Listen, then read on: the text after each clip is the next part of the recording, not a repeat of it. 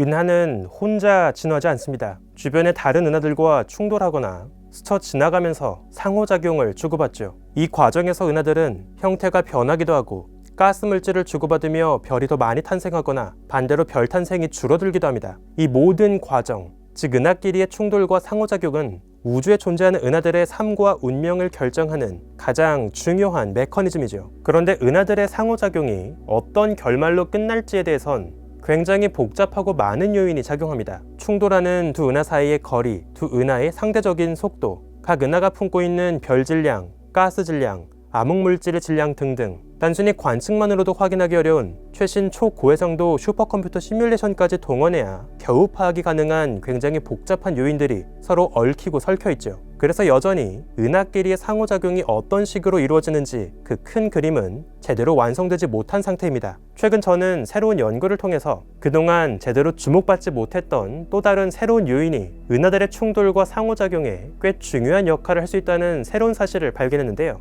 그것은 바로 충돌 중인 두 은하가 서로 상대적으로 어떤 각도로 기울어진 채 접근하는지 두 은하 원반의 상대적인 자세, 오리엔테이션, 기울기입니다. 흥미롭게도 두 은하 원반의 회전축이 나란하게 잘 정렬된 상태일수록 상호작용하는 두 은하에서 별 탄생률이 증가하는 효과는 더 뚜렷하게 증가하는 경향을 보입니다. 과연 이 흥미로운 관계는 어떻게 해석해 볼 수 있을까요? 우주먼지 현대타임즈, 그동안 간과되어 왔던 은하들의 상대적인 충돌 자세가 이들의 운명에 끼치는 영향에 대한 제 최신 연구 결과를 소개합니다.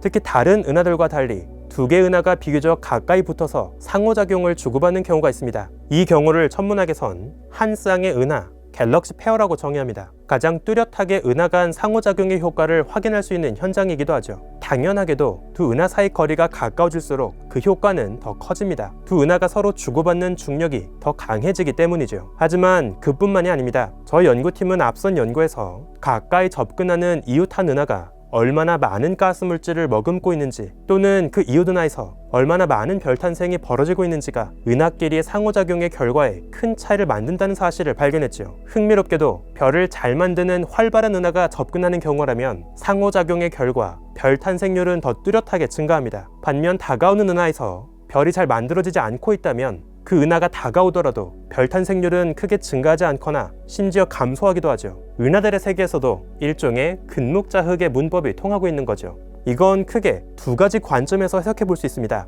다가오는 은하에서 별 탄생이 활발하게 벌어지고 있다면 그 은하가 신선한 가스 물질을 많이 머금고 있다는 뜻입니다. 즉 많은 가스 물질을 싣고 접근하면서 그대로 많은 양의 가스 물질이 유입될 수 있죠. 그 결과 빠르게 별 탄생이 촉진될 수 있습니다. 반면 별 탄생이 잘 벌어지지 않는 은하라면 은하 주변에 불안정하고 온도가 높은 뜨거운 해일로가 에워싸고 있는 경우가 많죠. 도리어 뜨거운 해일로가 접근하면서 은하 안에 존재하던 가스 물질도 불안정해지고 중력 수축은 어려워집니다. 그 결과 별 탄생이 증가하지 않거나 반대로 살짝 감소하는 것도 가능하죠. 흥미롭게도 저희 연구팀의 이 연구 결과가 발표되고 나서 몇 년 뒤 또 다른 연구팀은 초고해상도 우주론적 시뮬레이션 일러스트리스 TNG를 활용해서 실제 관측 데이터로 보여주었던 그 결과가 시뮬레이션으로도 재현될 수 있다는 것을 확인하게 됐습니다. 관측 데이터를 통해 제시했던 우리의 가설이 실제 시뮬레이션으로 이론적으로도 입증될 수 있게 되었던 거죠. 하지만 은하들의 상호작용 결과를 결정하는 건 이것뿐만이 아니었습니다. 저는 여기에 더해 한 가지 더 새로운 질문을 던졌는데요. 같은 질량, 같은 가스 물질,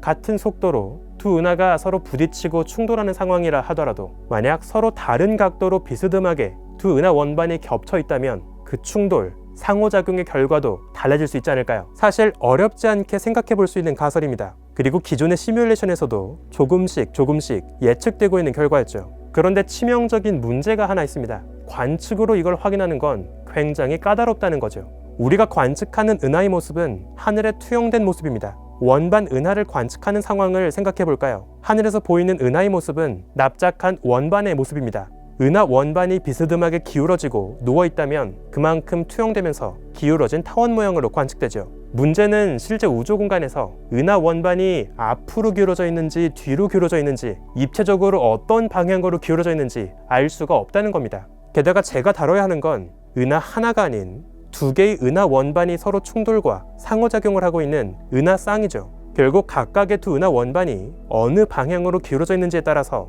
실제 상황은 총 4가지의 경우가 가능합니다. 통계학적인 용어를 빌려서 표현하자면 총 4가지의 자유도가 가능하다고 볼 수 있죠. 저는 이번 연구에서 이 4가지의 가능성을 모두 통계적으로 한꺼번에 고려하는 새로운 방식을 동원했습니다. 비록 정확하게 두 은하 원반의 회전축이 서로 어떤 각도로 기울어져 있는지는 알 수 없더라도 대략적인 경향성까지는 파악할 수 있기 때문이죠. 이를 토대로 두 은하 원반의 회전축이 얼마나 비슷한 방향으로 정렬되어 있는지 따라서 은하 간 상호작용으로 인해서 별 탄생률이 증가하는 정도가 어떻게 달라지는지를 비교했습니다. 그리고 그 결과는 꽤 흥미로웠는데요. 우선 앞선 연구에서 확인했듯이 다가오는 은하에서 별 탄생이 잘 만들어지는, 즉 가스를 많이 머금은 은하일수록 상호작용으로 인해서 별 탄생이 증가하는 경향을 더 뚜렷하게 보입니다. 이것은 상호작용으로 인해서 별 탄생이 증가하는 전체 현상 자체가 가스 물질의 유입으로 인한 유체 역학적인 현상이라는 것을 잘 보여주고 있죠. 그런데 여기에 더해서 상호작용하는 두 은하의 원반의 회전축이 서로 비슷한 방향으로 잘 정렬되어 있을수록 그 정도가 뚜렷해지는 것을 볼 수 있습니다.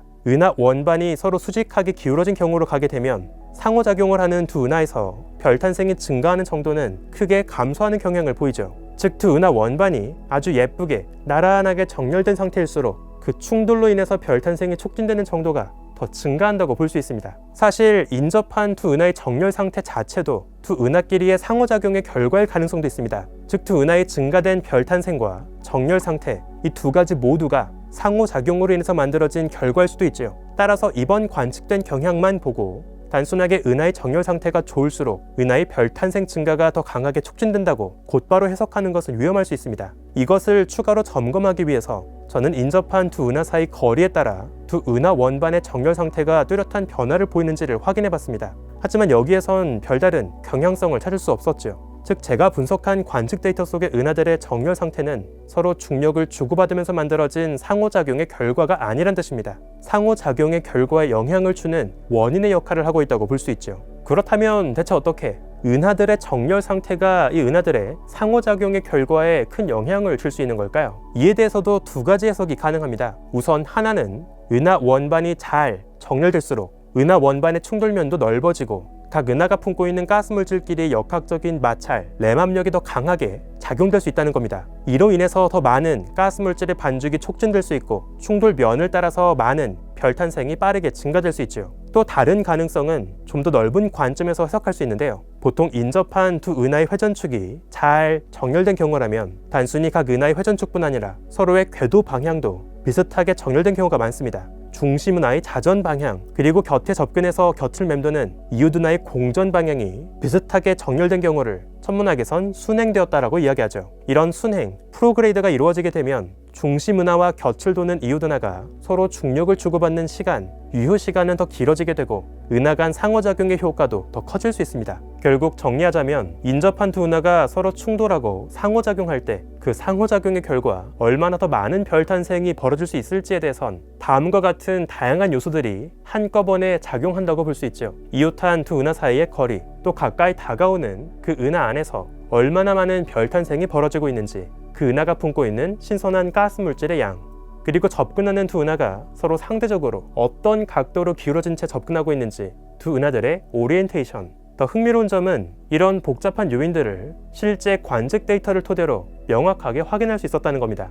이처럼 우주에 살고 있는 모든 은하는 혼자서 외롭게 살아가지 않습니다. 멀든 가깝든 어쨌든 서로의 중력을 느끼고 서로가 품고 있는 가스 물질의 존재를 느끼면서 서로 천천히 영향을 주고받고 있죠.